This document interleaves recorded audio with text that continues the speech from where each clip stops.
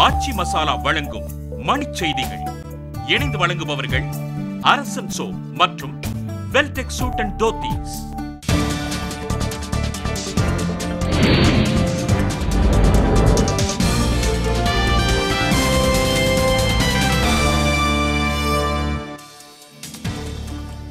சதுரங்க போட்டியில் 5வது முறையாக உலக வாகையர் பட்டம் வென்றார் விஸ்வநாதன் ஆனந்த். தலைவர்கள் வாழ்த்து.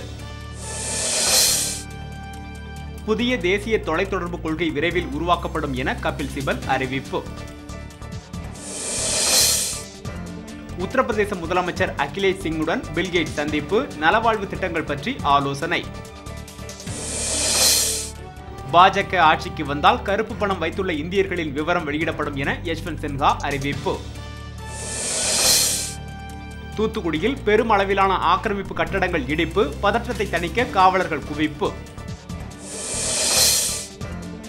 பிரதமர் மீதான குற்றச்சாட்டுகள் குறித்து தனி விசாரணை நடத்த அண்ணா ஹசாரே குழுவினர் வலியுறுத்தல்.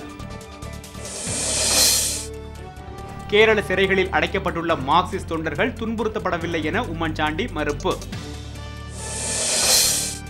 காஷ்மீரில் அதிக பயணிகளை ஏற்றிய மகிழுந்து பள்ளத்தில் கவிழ்ந்த விபத்தில் 13 பேர் உடல் நசுங்கி உயிரிழப்பு.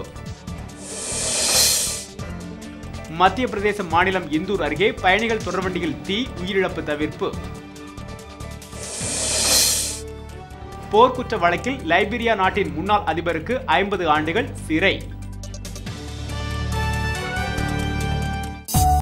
ஆச்சி மசாலா வழங்கிய மணிச் செய்திகள். இணைந்து வழங்கியவர்கள் அரசன் சோ மற்றும் வெல்டெக் சூட் அண்ட் தோத்தீஸ்.